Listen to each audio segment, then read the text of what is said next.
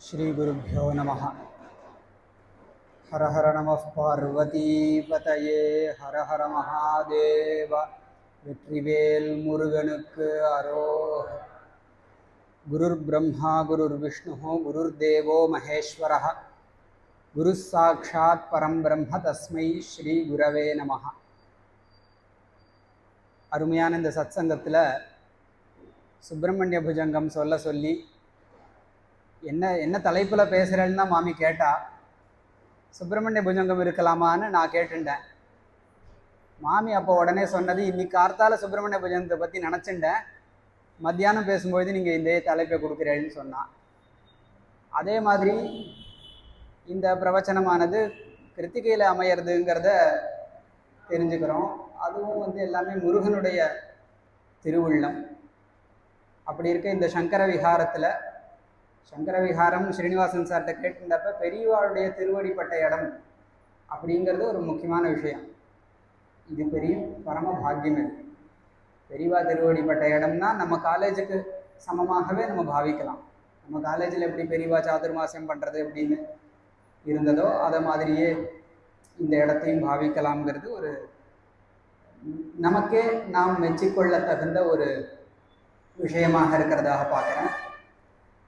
இல்லை சுப்பிரமணிய புஜங்கம் மொத்தமாக சொல்கிறதுக்கு இந்த 1 மணி நேரம் 1.5 மணி நேரம் உபன்யாசங்கிறது வாஸ்தவமாக சாத்தியம் இல்லை. 33 ஸ்லோகங்கள் அருளி செய்திருக்கார். அதில் எவ்வளவு ஸ்லோகங்கள், ஒரு 5-6 ஸ்லோகங்களோ 7-8 ஸ்லோகங்களோ 10-12 ஸ்லோகங்களோ அடியனுக்கு எவ்வளவு முடியறதோ இந்த நேரத்துக்கு ஏற்றார் போல முருகனுடைய திருவுள்ளம் எவ்வளவு ஸ்லோகத்தை நம்ம அனுபவிக்கணும்னு இருக்கோ அதை மனசில் கொண்டு நம்ம ஆரம்பிச்சுப்போம்னு தெரிவிச்சுக்கிறேன். சதாபால ரூபாபி விக்னாத்ரிஹந்த்ரி மகாதந்தி வக்த்ராபி பஞ்சாஸ்யமான்யா விதீந்திராதி மிருக்யா கணேஷாபிதாமே விதத்தாம் ஸ்ரீயம் காபி கல்யாணமூர்த்தி. பொதுவாக ஸ்தோத்திர பாட கிரந்தங்களில் மங்கள ஸ்லோகம் பண்ணணும்னு கட்டாயம் கிடையாது. இப்போ பஞ்சரத்னம் பண்ணுறோம், பஞ்சரத்ன ஸ்தோத்திர பாடத்தை பார்க்குறோம், அதெல்லாம் மங்கள ஸ்லோகம் இருக்கணும்னு கிடையாது. மீனாட்சி கராவலம்பம், மீனாட்சி பஞ்சரத்னம், இந்த மாதிரி ஸ்லோகங்கள்லாம் பார்த்தா அதுக்கு ஒரு ஸ்பெஷலாக மங்கள ஸ்லோகம்னு போடுறது இல்லை. ஆனால் பகவத் பாதாள் இங்கே மெனக்கெட்டு மங்கள ஸ்லோகத்தை போடுறான். இந்த மங்களமானது எதற்கு செய்யப்படுறது? மங்கள ஸ்லோகம்னா ஒரு விக்ன நிவர்த்தி, ஆரம்பிக்கிற காரியம் தடங்கள் இல்லாமல் மேற்கொண்டு போகணும் அப்படிங்கிறதுக்கு தானே மங்களம் பண்ணுறது. இது சுப்பிரமணியம் முருகப்பெருமானை பற்றின ஸ்தோத்திர பாடமாக இருந்தாலும் இவர் மங்கள ஸ்லோகம் பண்ணுறார். அதுலேயும் மெனக்கெட்டு விக்னாத்ரி ஹந்த்ரி அப்படிங்கிற சப்தத்தையும் போடுறார். இது சிஷ்ய சிக்ஷை அப்படின்னு சாஸ்திரங்கள்ல சொல்லுவாங்க. யாருக்கு தடங்கள் ஏற்படும் அப்படிங்கிற ஒரு கவலை இருக்குமோ அவர் தானே மங்களாச்சரணம் பண்ணணும். பகவத் பாதாளுக்கு எதுக்கு மங்களாச்சரணம் அப்படின்னு கேட்டா, தடங்கள் தேவையில்லை. தடங்கள் வருங்கிறது கட்டாயம் கிடையாது, வராதுன்னு தெரியும். இருந்தாலும் இப்படி ஒரு கிரந்தத்தை ஆரம்பிக்கும் பொழுது மங்களாச்சரணம் பண்ணிட்டு ஆரம்பிக்கணுங்கிற ஒரு ஆச்சாரம் இருக்கு. இந்த ஆச்சாரத்தை படிக்கிறவா பார்த்து தெரிஞ்சுக்கணும் அப்படின்னு சொல்றது. இப்போ விக்ன சங்கா, விக்னம் தடங்கள் வருங்கிற சங்கையே இல்லாது போனாலும் பகவத் பாதாள் மங்களாச்சரணம் பண்ணி காமிக்கிறது சிஷ்யஹிதார்த்தம். சிஷ்யர்கள் இதை பார்த்து தெரிஞ்சுக்கணும், இந்த மங்களாச்சரணம்ங்கிற சதாச்சாரத்தை தெரிஞ்சுக்கணுங்கிறதுக்காக போடுறாருன்னு நம்ம புரிஞ்சுக்கலாம். இந்த சுப்பிரமணிய புஜங்க ஸ்தோத்திர பாடமானது உண்டானதற்கான காரணம் என்னன்னு நம்ம யோசிச்சால் ஒரு திருவிளையாடல்னு தான் நான் பார்க்குறேன். அபினவகுப்தர் அப்படிங்கிற ஒரு மகா பண்டிதன் பகவத் பாதாள் மேலே இருக்கிற பொறாமையினால பகவத் பாதாளுக்கு ஒரு பிலி சூன்யம்லாம் சொல்கிறோம் இல்லையா, அந்த மாதிரி சூன்யம் ஆபிச்சாரம் பிரயோகித்தார் அப்படிங்கிறது தெரியல. அவர் 2 முறை ஆபிச்சாரம் பிரயோகித்தாருன்னு தெரியுது. அந்த ஆபிச்சார பிரயோகத்தினால பகவத் பாதாளுக்கு க்ஷயரோகம் ஏற்பட்டு அந்த க்ஷயரோகத்தை நிவர்த்தி பண்ணிக்காம பகவத் பாதாள் ஸ்வயம் ஜீவன் முக்தராக சதாசிவஸ்வரூபமாக இருப்பதனால் அந்த க்ஷயரோகம் அவரை எதுவும் பண்ணாதுன்னு இருந்தாலும் பகவத் பாதாள் இப்படி ஒரு திருவிளையாடலை பண்ணி காமிக்கிறார். அதில் கோகர்ணத்தில் பகவத் பாதாள் தங்கி இருக்கும் பொழுது கோகர்ணேஸ்வரர் சாட்சாத் பரமேஸ்வரனே பகவத் பாதாளுடைய ஸ்வப்னம் கனவுல எழுந்தருளி இது மாதிரி திருச்செந்தூர், அதுக்கு ஸ்ரீ ஜெயந்திபுரம்னு பேர், அந்த திருச்செந்தூரில் என்னுடைய பிள்ளை முருகன் சிறந்து விளங்குகிறார், அங்கே போய் நீ முருகனை பாடி இந்த ரோகத்திலேருந்து நிவர்த்தி பண்ணிக்க வேண்டியது அப்படின்னு பரமேஸ்வரன் சொப்னத்தில் எழுந்தருளி பகவத் பாதாளுக்கு ஆக்ஞாபித்ததாகவும் அந்த ஆக்ஞையின் பேரில் அந்த கட்டளையின் பேரில் திருச்செந்தூர் பகவத் பாதாள் சுப்பிரமணிய புஜங்க ஸ்தோத்திர பாட்டத்தை கொடுத்து அதன் மூலமாக ரோக நிவர்த்தி பண்ணிட்டாருன்னு ஒரு கதை. உடனே நமக்கு தோணும், இந்த பிலி சூன்யமெல்லாம் பகவத் பாதாள ஏதாவது பண்ணுமா, அப்படி ஒரு ஒரு கதை நமக்கு தேவையா, அப்படி அந்த மாதிரி ஒரு நடந்திருக்குமான்னு கேட்டால் தான் நான் முதல்ல சொன்னேனே, திருவிளையாடல். திருவிளையாடல் எதுக்குன்னா மர்த்தியாவதாரஸ்திக மர்த்திய சிக்ஷணம். ராமாயணம் பாகவதம் பல சரித்திரங்கள் நம்ம பார்க்குறோம்.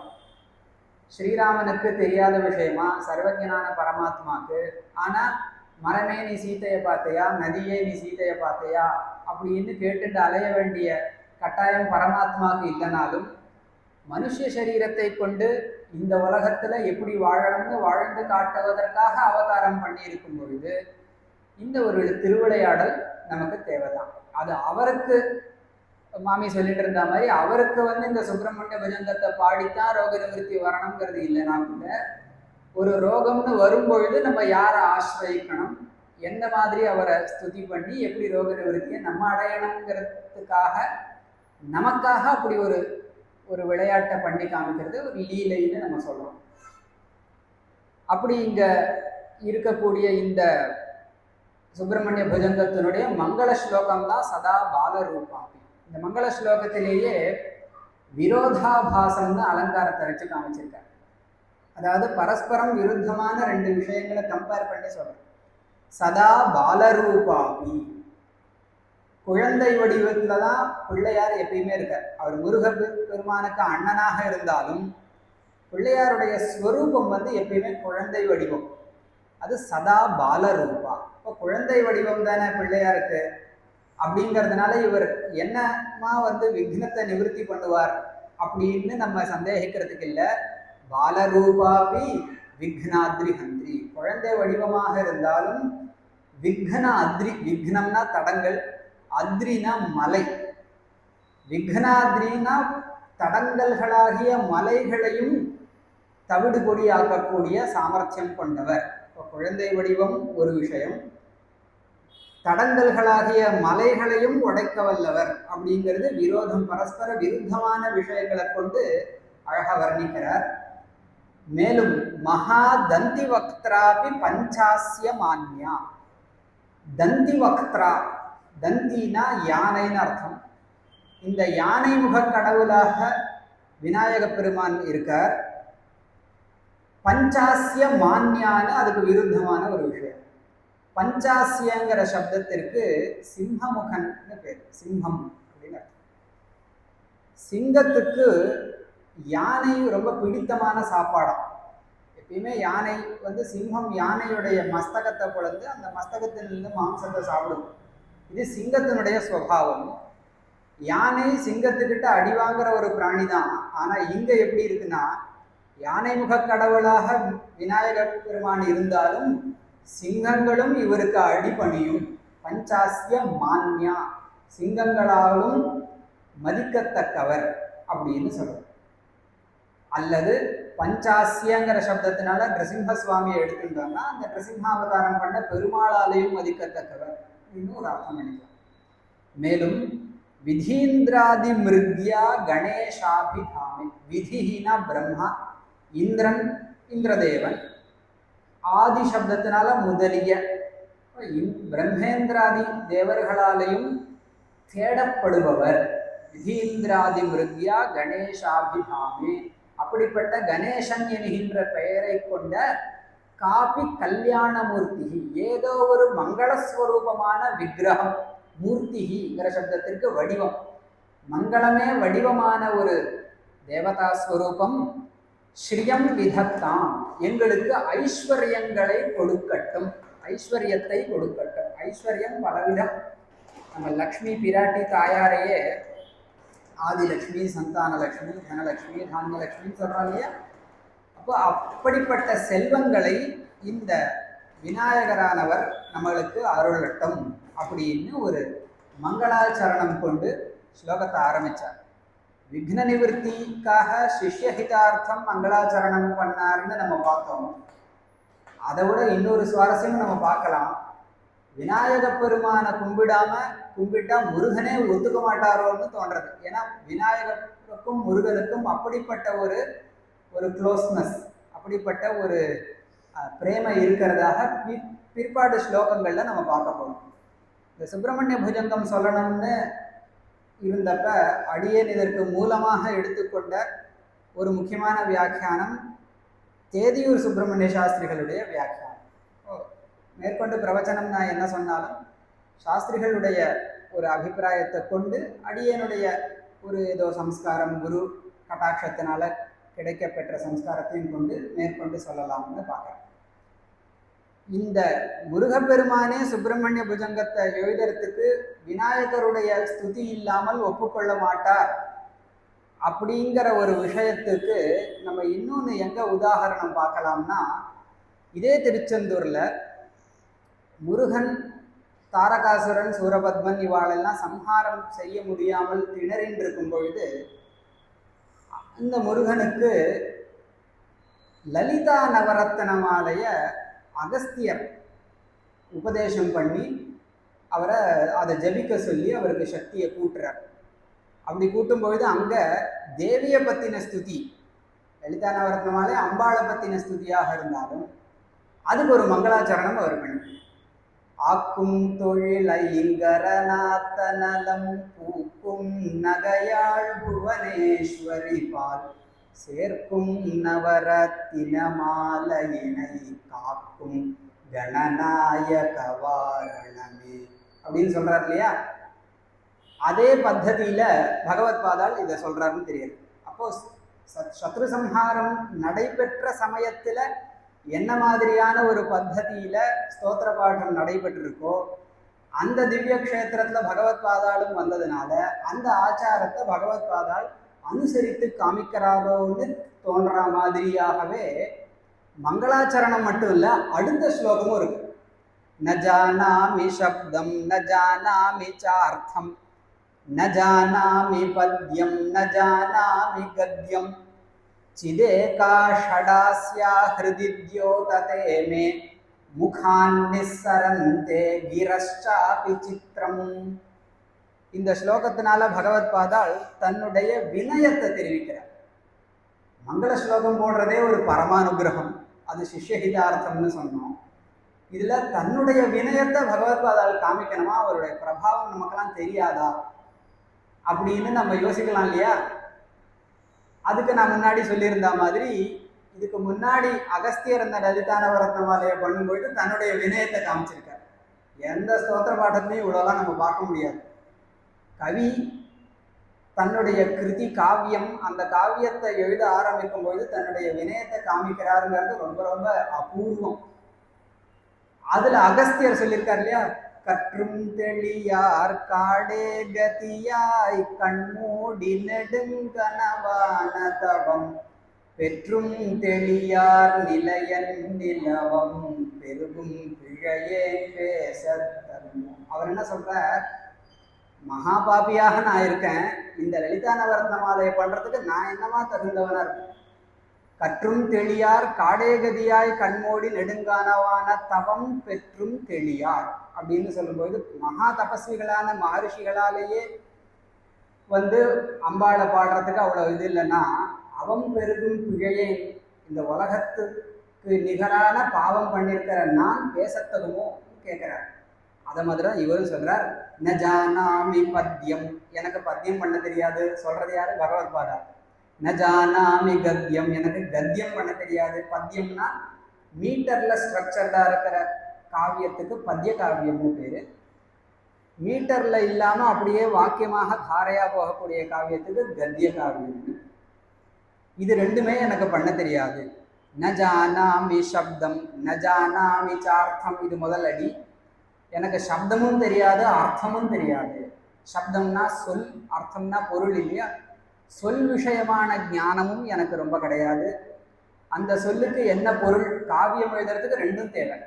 அதுதான் காளிதாசன் சொல்ற, வாகர்த்தாவிவ சம்பிருத்தோ வாகர்த்த பிரதிபத்தையே.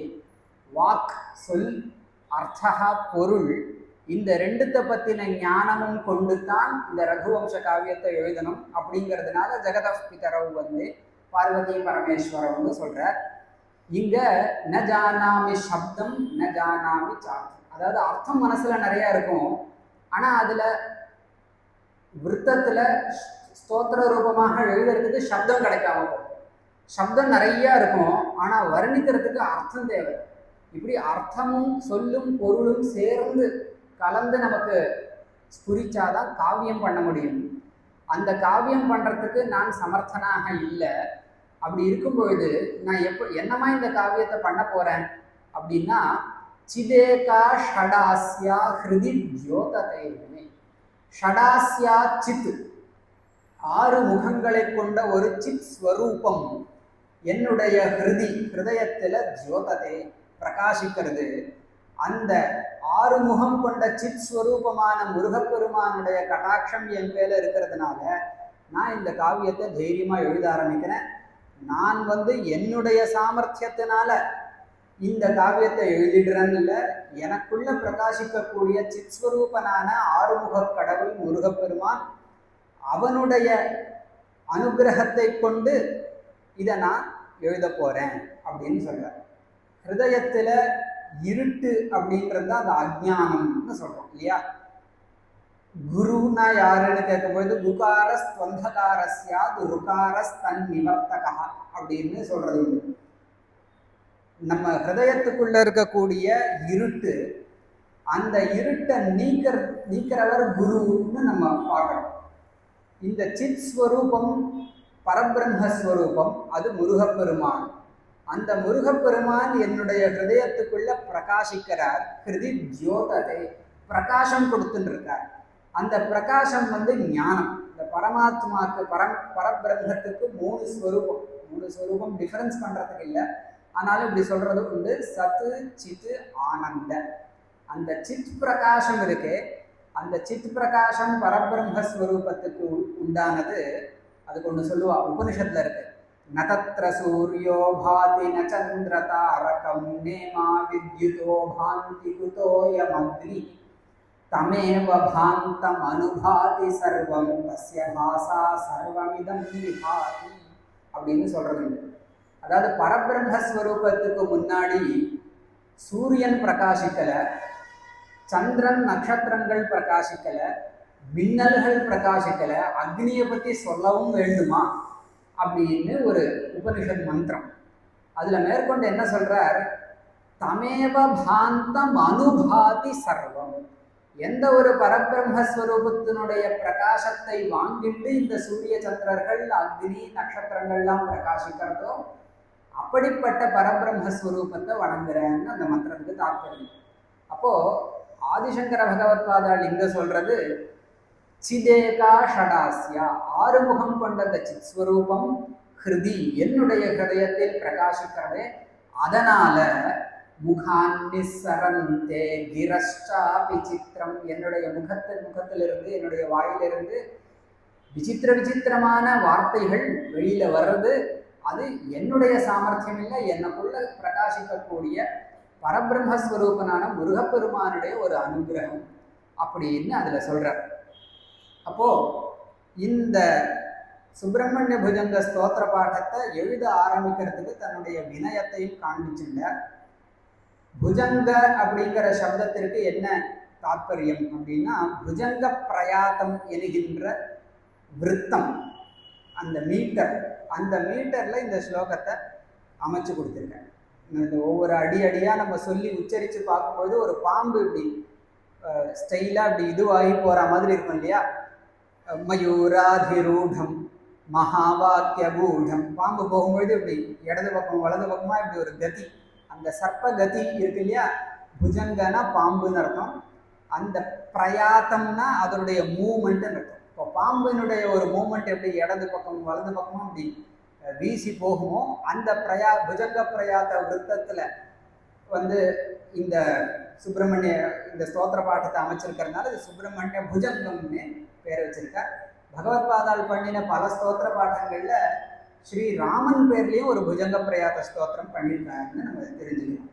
இப்போ மயூராதிரூடம் மகாவாக்கியகூடம் மனோஹாரி தேகம் மஹச்சித்தகேகம் மஹி தேவதேவம் மகாவேத பாவம் மகாதேவபாலம் பஜே லோகபாலம். ரொம்ப முக்கியமான ஸ்லோகம். இங்கேருந்து தான் ஸ்தோத்திரம் ஆரம்பிக்கிறோம். முதல் ஸ்லோகத்தினால மங்களாச்சரணம் பண்ணார். ரெண்டாவது ஸ்லோகத்தில் முருகப்பெருமான ஸ்துதிச்சாலும் தன்னுடைய வினயத்தை காமிச்சுட்டார். இங்கேருந்து சுப்பிரமணிய புஜங்கம் முக்கியமாக ஆரம்பிக்கிறதுன்னு நம்ம கொள்ளலாம். இதில் மயூராதிரூடம் மகாவாக்கியகூடம்னு ஆரம்பிக்கிறார். மயூரம்னா மயில். அந்த மயில் வந்து எதை குறிக்கிறதா? வேதங்களை குறிக்கிறதா.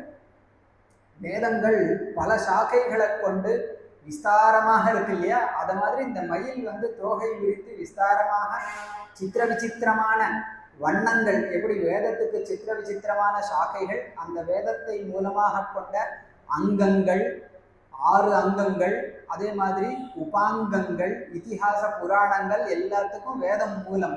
அப்போ இந்த வேதம் வந்து இப்படி விசித்திரமாக இருக்கிறதுனால அந்த வைச்சித்திரியத்தை குறிக்கக்கூடியது இந்த மயில். அந்த மயில் மேல் ஏறி மயில் வாகனனாக முருகப்பெருமான் வர்றதுனால அந்த மயில் வேதத்தை குறிக்கிறது. எப்படி வேதத்து மூலமாக பகவானை தெரிஞ்சுக்கிறோம் அப்படின்னு நம்ம சொல்றோம் இல்லையா. வேத வேத்யே பரே பும்சி ஜாதே தசரதாத்மஜேன்னு ராமாயணத்துக்கு மங்கள ஸ்லோகம் சொல்லு. வேதவேத்தியம் பரபிரம்மஸ்வரூபமாக நம்ம யாரை நினைக்கிறோமோ அந்த பரபிரம்மஸ்வரூபத்தை நம்ம வேதத்தை கொண்டு தெரிஞ்சுக்கணும் அப்படின்னு தெரியுது. அதுக்கு ஒரு சிஷ்ட பரிகிரகீதமான ஸ்லோகம். மயூரபாவம் நிகமாக தபசா பிராபிய ஷண்முகம் உத்வாஹ்ய திருப்திம் பரமாம் சம்பிராபு சர்வதா பூமி.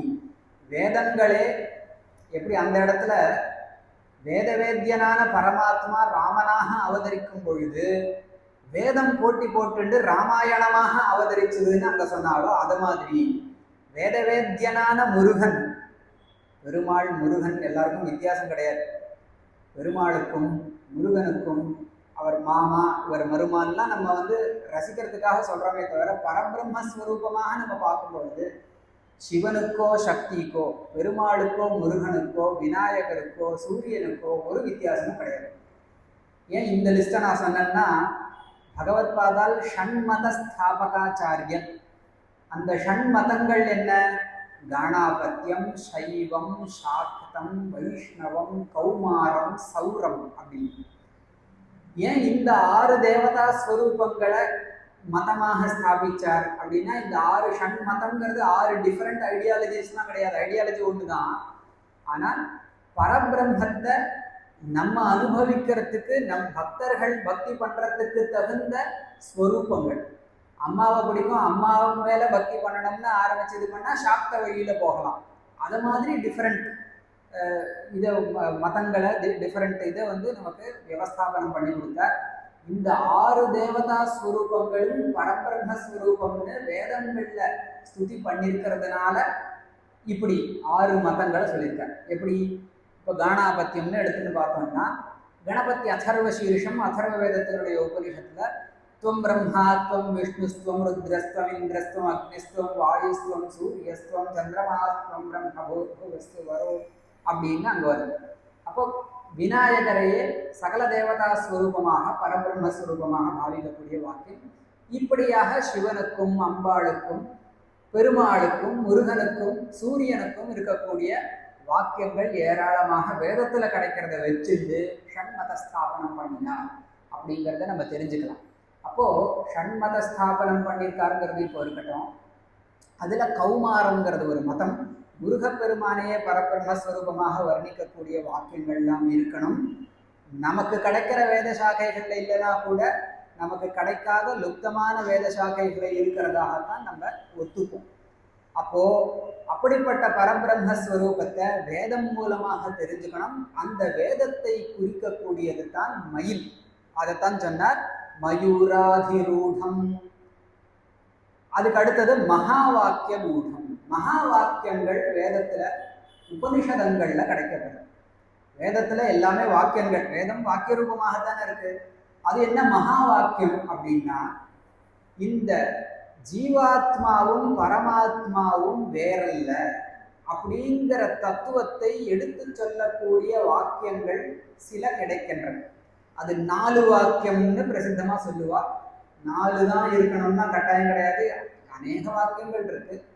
4 வேதங்கள்ல இருந்து அந்த வாக்கியத்தை எடுத்துக்கிறதுனால 4 வாக்கியங்கள்னு சொல்லுவோம். பிரஜானம் பிரம்ம, அயமாத்மா பிரம்ம, தத்துவமசி, அகம் பிரம்மாசி, இப்படி 4 மகா வாக்கியங்கள் இருக்கு. இந்த மகா வாக்கியங்களுக்கு கூடார்த்தமாக, அந்த மகா வாக்கியங்களுக்கு கருத்தாக, அதனுடைய உட்பொருளாக இருக்கக்கூடியவர் முருகப்பெருமான் அப்படிங்கிறத காமிக்கும் விதமாக இந்த வாக்கியத்தை போடுற மகா வாக்கிய கூடம் அப்படின்னு. அடுத்த பதம் மனோஹாரி தேகம். மனோஹாரினா மனதை கவரக்கூடிய தேகம். தேகம்னா உடல், திருமேனின்னு வச்சுக்கோங்க. முருகப்பெருமான்னா அழகுன்னு அர்த்தம். அழகுக்கும் முருகப்பெருமானுக்கும் ஒரு வித்தியாசமே இல்லை. அழகுன்னு சொன்னால் முருகன். எப்படி பெருமாளுக்கு மன்மதன் குமாரனோ அப்படியே ஒருத்தர் பாடியிருக்கார் இல்லையா, மாரமணன் உமாரமணன் அப்படின்னு பாடும்பொழுது மாரஜனகன் குமாரஜனகன். மாறன்னா மன்மதன், பெருமாள் மன்மதனுக்கு தகப்பன், இவர் முருகனுக்கு தகப்பன். அந்த மன்மதனுக்கு என்ன அழகோ அதை மாதிரி அதை விட அழகு முருகன். அப்போ அந்த அந்த கீர்த்தனத்துல நம்ம பார்த்தோம்னா சிவனையும் விஷ்ணுவையும் சேர்த்து சொல்றான். மாரமணன், மான தாயா, உமாரமணன் பார்வதியினுடைய நாயகன்.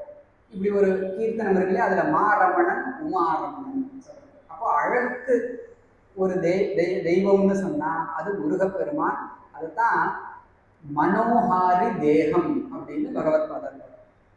அதுக்கு அடுத்தது மகச்சித்த தேகம்.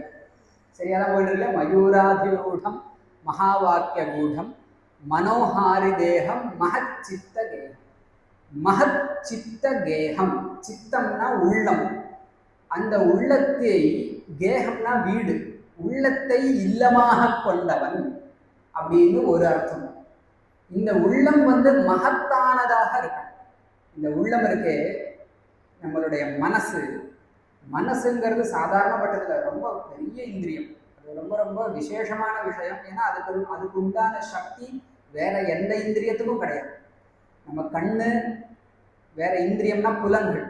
நம்ம கண்ணு, நாக்கு, மூக்கு, காது, இந்த மாதிரி தோல், இந்த இந்திரியங்கள்லாம் வேலை செய்யணும்னா மனசனுடைய உபகாரம் இருந்தால் தான் இந்த இந்திரியங்கள் வேலை செய்ய முடியும். அப்போ மனசு இந்த இந்திரியங்களுக்குள்ள மகத்தான ஒரு இந்திரியமாக இருக்கு. அப்போ மகத்தான இந்திரியமான இந்த சித்தம் இருக்கே, இந்த சித்தத்தை வீடாக இல்லமாக கொண்டவன் அப்படின்னு, நம்ம தியானத்திற்கு விஷயமாக தகுந்தவன் இப்படின்னு ஒரு அர்த்தம் பண்ணிக்கலாம்.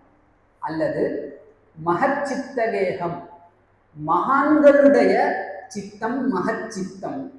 அந்த மகான்களுடைய சித்தத்தை மாளிகையாக கொண்டவன், வீடாக கொண்டவன், மகச்சித்தகேகம்.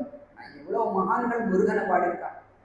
ஒரு இலக்கியம் அப்படின்னு சொன்னா, தமிழ் இலக்கியம் இன்னைக்கு உயிரோடு இருக்குனாலே முருகப்பெருமான் தான். முருகப்பெருமானை பற்றின பாடல்கள் இருக்கிறதுனாலதான் நக்கீரரா இருக்கட்டும், ஔவையாரா இருக்கட்டும், அருணகிரிநாதரா இருக்கட்டும், குமரகுருபரராக இருக்கட்டும், பாம்பன் சுவாமியா இருக்கட்டும், தேவராய சுவாமி, காட்சியப்பர், காசியப்ப சிவாச்சாரியர், ராமலிங்க அடிகளார், முத்துசுவாமி தீட்சிதர், பாபநாசம் சிவன், சுப்பிரமணிய பாரதி, பாரதிதாசன், இப்படி எவ்வளவு மகான்கள், கவிகள் தன்னுடைய வார்த்தைக்கு தன்னுடைய கவித்துவத்துக்கு ஒரு பவித்திரதாவை கொண்டு வரணும்னு நினைச்சானா முருகப்பெருமானை பத்தி பாடியிருக்கோம். அப்போ மகான்களுடைய சித்தம், அவர்களுடைய மனது அதில் குடிக்கொண்டு இருக்கக்கூடியவர் ஒரு அர்த்தம். மகச்சித்த தேகம். அடுத்தது மஹீதேவ தேவம்.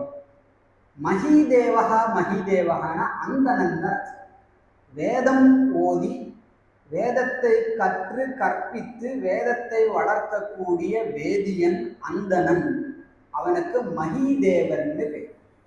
மஹீனா பூமி, இந்த எர்த், இந்த பூலோகத்தில் இருக்கக்கூடிய தேவன் அப்படின்னு அந்தணனை சம்ஸ்கிருதத்துல சொல்றது பூசுரஹா. ஒரு அருமையான ஸ்லோகம் உண்டு.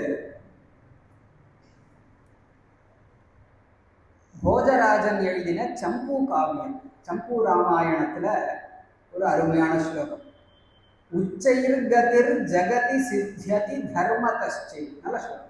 உச்சைர்கதிர் ஜகதி சித்தியதி தர்மதஸ்சே தஸ்ய பிரமாச்ச வச்சனைः கிருதகேதரைश्चे தேஷாம் பிரகாசன தசாச்ச மஹீசுரைश्चेत् தானந்தரேண நிபதேத்வனுமத் பிரணாமஹான்னு போஜராஜன் தன்னுடைய சம்பு ராமாயணத்துல மங்கள ஸ்லோகத்துக்கு அடுத்தபடியாக இப்படி ஒரு ஸ்லோகத்தை போடுறார். இந்த லோகத்துல நமக்கு உயர்ந்த நிலை கிடைக்கணும். உயர்ந்த நிலை உலகத்துல வாழும் பொழுது உயர்ந்த நிலை கிடைக்கணுங்கிறது ஒண்ணு. இந்த வாழ்க்கை, இந்த ஜனன மரண சுழற்சி இருக்கு, இதுல இருந்து விடுபட்டு உயர்நிலையை அடையணும், மோட்சத்தை அடையணும். இது ரெண்டுத்துக்குமே எது நமக்கு உபகாரமாக, எது நமக்கு இன்ஸ்ட்ருமெண்டாக, உபகரணமாக, கருவியாக இருக்குன்னு கேட்டா வேதம் தான். வேதங்களை கொண்டுத்தான் நம்ம தர்மத்தை தெரிஞ்சுக்கிறோம். வேதம் ரெண்டா பிரிச்சுப்போம், கர்ம காண்டம், ஞான காண்டம். இந்த கர்ம காண்டத்தை காப்பாத்துறதுக்கு புரிஞ்சுக்கிறதுக்கு பூர்வ மீமாம்சை, ஞான காண்டமான உபனிஷதங்களை நம்ம புரிஞ்சுக்கிறதுக்கு உத்தர மீமாம்சைன்னு சாஸ்திரங்கள்லாம் இருக்கு இல்லையா. அந்த கர்ம காண்டத்தை கொண்டு நம்ம என்ன பண்ணுவோம், தர்மங்களை தெரிஞ்சுப்போம். தர்மத்தை அனுஷ்டானம் பண்ணா புண்ணியம் கிடைக்கிறது. அந்த புண்ணியத்தின் பயனாக நம்ம சுகத்தை அனுபவிப்போம். இது சுகத்தை அனுபவிக்கிறதுனா லோகத்துல நம்ம வாழும்போது உச்சைர்கதி, உயர்ந்த நிலையில இருக்கும். அல்லது மோட்சம் அடைஞ்சு நம்ம உயர்கதியை அடையணும்னு சொன்னா அதுக்கு உபனிஷதங்களை புரிஞ்சுக்கணும். இந்த வேதங்களை, நான்மறைகளை காப்பாற்றி கொடுக்கிறவர், அந்த வேதங்களை பயின்று அதை பயிற்றுவித்து இந்த உலகத்துல அந்த வேதம் தழைக்கிறதுக்கு காரணமாக இருக்கிறது யாருன்னு கேட்டா அந்தணர்கள். அப்போ அந்த அந்தணர்களை பூமியிலேயே வாழக்கூடிய தேவர்களாக பாவிக்க வேண்டும் அப்படின்னு சொல்றது. தேவதா ஸ்வரூபங்கள் கீதையிலையும் பகவான் சொல்றார், தேவா பாவயதானேன தே தேவா பாவயந்துவா பரஸ்பரம் பாவயந்தா ஸ்ரேயஸ்வரம் அவாப்சியன்னு சொல்றார் இல்லையா. அதாவது யாகயஜ்ஞாதி கர்மாக்கள், வேதத்துல சொல்லப்பட்டிருக்கிற இந்த யாகயஜ்ஞாதி கர்மாக்களை கொண்டு நீங்கள் தேவர்களை ஆராதியுங்கள். தேவர்கள் அந்த யாகங்களை கொண்டு மனுஷர்களுக்கு இங்க சுபிக்ஷம் கிடைப்பதற்கு காரணமான மழையெல்லாம் கொடுக்கலாம். இப்படி பரஸ்பரம் பாவயந்தா அப்படின்னு சொல்றதுனால அந்த தேவதா ஸ்வரூபங்களை எல்லாம் நம்ம எதை கொண்டு தெரிஞ்சுக்கிறது, வேதங்களை கொண்டு. அந்த வேதத்தை யாரு காப்பாத்துறா, அந்தணர்கள். அப்படிங்கிறதுனால அந்த வேதியர்களுக்கு மஹீசுராகான பேர். அப்படிப்பட்ட அந்தணர்களுக்கு எனது முதற்கண் வணக்கம்னு போஜராஜன் ஆரம்பிக்கிற மாதிரியே இங்க பகவத்பாதா மஹீதேவ தேவம்னு ஒரு பதத்தை கொண்டார். மஹீதேவர்கள் யாரு, அந்தணர்கள். அந்த அந்தணர்களுக்கு ஒரு தேவனாக, அதாவது பூலோகத்தில் கருணை புரியக்கூடிய ஒரு முக்கியமான தேவதா ஸ்வரூபமாக இருக்கக்கூடியது முருகப்பெருமான் அப்படிங்கிறது இங்க சொல்றார். மஹீதேவ தேவம். சுப்பிரமணிய அப்படிங்கிற சப்தத்திற்கு இப்படி ஒரு அர்த்தம் சொல்றது. பிரம்மணி சரதீதி பிரம்மண்யா. சுப்பிரமணியகான அந்தணர்களுக்கு அனுகிரகம் புரியக்கூடியவன், இது ஒரு அர்த்தம். பிரம்மனா பரபிரம்மஸ்வரூபம், அந்த பரபிரம்மஸ்வரூபமாக இருக்கக்கூடியவன் அப்படிங்கிற அர்த்தத்தை கொண்டு சுப்பிரமணியா அப்படிங்கிறது. இதுல என்ன ஒரு ஆச்சரியம் பார்த்தோம்னா, சுப்பிரமணிய புஜங்கம்னு இந்த ஸ்தோத்திர பாடத்துக்கு பேர். சுப்பிரமணியங்கிற சப்தம் இந்த புஜங்க பிரயாதங்கிற மீட்டர்ல ஃபிக்ஸ் ஆகாது. அது எனக்கு தெரிஞ்ச வரைக்கும் ஆகாது. ஏதாவது சந்தி விச்சேதம் பண்ணி வேற பூர்வார்த்தத்துலேருந்து எடுத்து போட முடியுமான்னு தெரியல, கவிஞர்கள் இருந்தால் கேட்கணும். ஆனால் நானும் எப்படியும் யோசிச்சு பார்த்தா சுப்பிரமணியங்கிற சப்தம் இந்த சுப்பிரமணிய புஜங்கத்தில் வர முடியாது. அப்படி இருக்கு, வாசிச்சு பார்த்தா தெரியும். அப்படி இருக்கு. அதனால அந்த சுப்பிரமணியங்கிறது இப்படி ஒரு அர்த்தம் பண்ணியிருக்கா. அப்போ அதனால மகிதேவ தேவம் மகாதேவ பாலம். மகாதேவன் யாரு? பரமேஸ்வரன். பரமேஸ்வரனை மகாதேவன் சொல்றோம். பரமேஸ்வரன் தேவன். தேவன்னு சொன்னா இந்திராதி தேவர்கள் தான் தேவர்கள்னு சொல்றோம். பரமேஸ்வரனை தேவர்களுக்குள்ள கோஷ்டியில சேர்க்கறதில்ல, அவரை மகாதேவன் ஆயிட்டார். ஏன் பரமேஸ்வரன் மகாதேவன் ஆனார் அப்படின்னா, மற்ற தேவர்கள்லாம் தனக்கு ஒரு இன்னல்னு சொன்னா பெருமாள்கிட்ட போய் பரமேஸ்வரன்கிட்ட போய் முறையிடுவா, அவர்களை காப்பாற்றுறதுக்கான காரணமோ என்னமோ. பரமேஸ்வரனுக்கு மகாதேவன் பேர். அல்லது இந்த தேவர்கள்லாம் அமரர்கள் ஆனார்களே, அமரர்கள் எப்படி ஆனா? அமிர்தம் சாப்பிட்டு அமரர்கள் ஆனா. அந்த அமிர்தத்தை எங்கேருந்து எடுத்தானா? பார்க்கடல்ல இருந்து எடுத்தா. நமக்கு இந்த கதை தெரியும் இல்லையா? பார்க்கடலை கடைஞ்சு வாசுகியை மத்தாக போட்டு, மந்தரமலையை மத்தாக போட்டு, வாசுகியை கயிறாக போட்டு தேவர்களும் அசுரர்களும் கடைஞ்சா முதல்ல வந்தது என்னவா? ஆலாகால விஷம். அமிர்தம் கிடைச்சதுக்கு அப்புறமா எனக்குன்னு அடிச்சுட்டாலே, விஷம் வந்தோடனே எனக்கு வேண்டாம் எனக்கு வேண்டாம், அந்த விஷத்துலேருந்து காப்பாற்ற சொல்லி எல்லாரும் ஓடினான். ஒரு தேவன் கூடு எனக்கு அப்படின்னு கருணை, தான் விஷத்தை சாப்பிட்டாலாவது தன்னை அண்டினவர்களுக்கு, தன்னை ஆசிரியச்சவர்களுக்கு காப்பாற்றுதலை நம்ம பண்ணணும், தன்னை ஆசிரியச்சவர்களை காப்பாற்றணுங்கிற அந்த கருணை. அமிர்தம் சாப்பிட்டு அமரனாகிறவன் மற்ற தேவர்கள், விஷத்தை குடிச்ச அமரனாக இருக்கக்கூடியது ஒரே தேவன். அதனால்தான் தேவம் கா தேவ், மகாதேவ் பரமேஸ்வரன். அந்த பரமேஸ்வரனுடைய பாலகா மகிதேவ தேவம் மகாதேவ அப்படிப்பட்ட பரமேஸ்வரன். அவர் விஷத்தை குடிச்சா அவருக்கு ஒன்றும் ஆக போறதில்ல. ஆனால் தேவி ஒரு பிரேமையினால கழுத்துல நிற்கும்படியாக அந்த விஷத்தை குடிச்சு நீலகண்டனாக ஆனார்னா நம்ம புராண கதைகளை படிக்கிறோம். அப்படிப்பட்ட மகாதேவனுடைய திருமகன் அப்படின்னா, மகாதேவனுக்கு என்னென்ன பிரபாவமோ, விஷத்தை குடித்தாலும் அவர் தேவனாக ரோக நிவர்த்திக்காக தானே இங்கே சுப்பிரமணிய புஜங்கம் பண்ணி செய்து அருளி செய்கிறார். அப்போ அந்த ரோக நிவர்த்திக்கு ஆப்டான விசேஷணமாக ஆப்டான அட்ஜெக்டிவை போடுறார். மகாதேவன் எப்படி காலன் யமனையே துரத்தக்கூடியவரோ, அப்படி காலனையே துரத்தக்கூடியவராக புலிக்கு பிறந்தது பூனை ஆகுமா அப்படிங்கிற ரீதியில மகாதேவனுடைய திருக்குமாரனாம் இந்த முருகப்பெருமான். அதனால மகாதேவ பாலம் அப்படின்னு பஜேன்னு ஒரு கிரியாபதம். பஜேனா ஆசிரியிக்கிறேன். பஜனை அப்படின்னு நம்ம சொல்றோம் இல்லையா? பஜனை அப்படின்னா என்ன? பஜனைனா பாட்டு பாடுறது கிடையாது. பஜனைனா ஆசிரியிக்கிறது, சரணாகதி பண்றதுன்னு. பஜே மகாதேவ பாலம் பஜே லோகபாலம்னு போட்டிருக்காங்க. பஜனைனா ஆசிரியிக்கிறது. அது கீர்த்தனம் பண்ணும்பொழுது ஆசிரியிச்சு, அதாவது வாயால பாடுறோம், வாயால பாடும்பொழுது மனசாலையும் நம்ம ஆசிரியிச்சோமானால் அதுக்கு பஜனைன்னு பேர். இல்லாட்டி அதை நாம சங்கீர்த்தனம்னு வேணா சொல்லிக்கலாம். நாமாக்களை சொல்றோம், புண்ணியம்தான், தப்பு இல்லை. ஆனா மனதும் ஈடுபட்டு நடக்கும்பொழுது அங்க பஜனை நடக்கிறதுன்னு சொல்லிக்கலாம். இப்போ பஜனைன்னு சொன்னாலே ஆசிரியிக்கிறது, தஞ்சம் அடையிறது.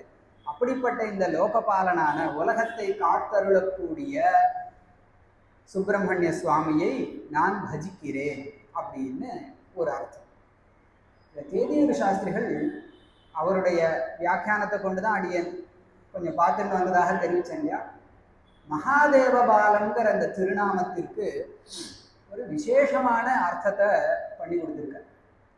சம்ஸ்கிருதத்துக்கே இந்த ஒரு அழகு உண்டு. என்னன்னா, ஒரு சப்தம் பலவிதமான அர்த்தங்களை கொடுக்கக்கூடியதாக நம்ம சொல்ல முடியும். இப்போ ராமநாத அப்படிங்கிற சப்தம் இருக்கே, ராமநாத சப்தத்தினால ராமநாத சுவாமி சிவபெருமான், ராமனுக்கே நாதனாக திகழக்கூடியவர்ங்கிற அர்த்தத்தில் சொல்லுவோம் இல்லையா? ஒரு சைவன் சொன்னான்னா ராமநாதன் அப்படின்னு சிவனை சொல்லலாம். ராமன் என்கின்ற நாதன் அப்படின்னு வைஷ்ணவாலாலையும் அர்த்தம் பண்ண முடியும். வைஷ்ணவர்கள் அப்படி சொல்லுவார், ராமனாகிய நாதன் ராமநாதன், ராமனுடைய நாதன் ராமநாதன். ராமனுடைய இப்போ குருபுத்திரன், குருவினுடைய பிள்ளைய குருபுத்திரன் சொல்றது உண்டு இல்லையா? அது மாதிரி ராமனுடைய நாதன் ராமநாதன் சிவனை சொல்லலாம். ராமனாகிய நாதன் ராமநாதன் பெருமாளையும் சொல்லலாம். இன்னும் ஒருபடி, ராமன் நாதன் யாருக்கோ அவன் ராமநாதன் ஆஞ்சநேயர்னு சொல்லலாம். இது பகுவிரீஹி சமாசம்னு இதுக்கு பேர்.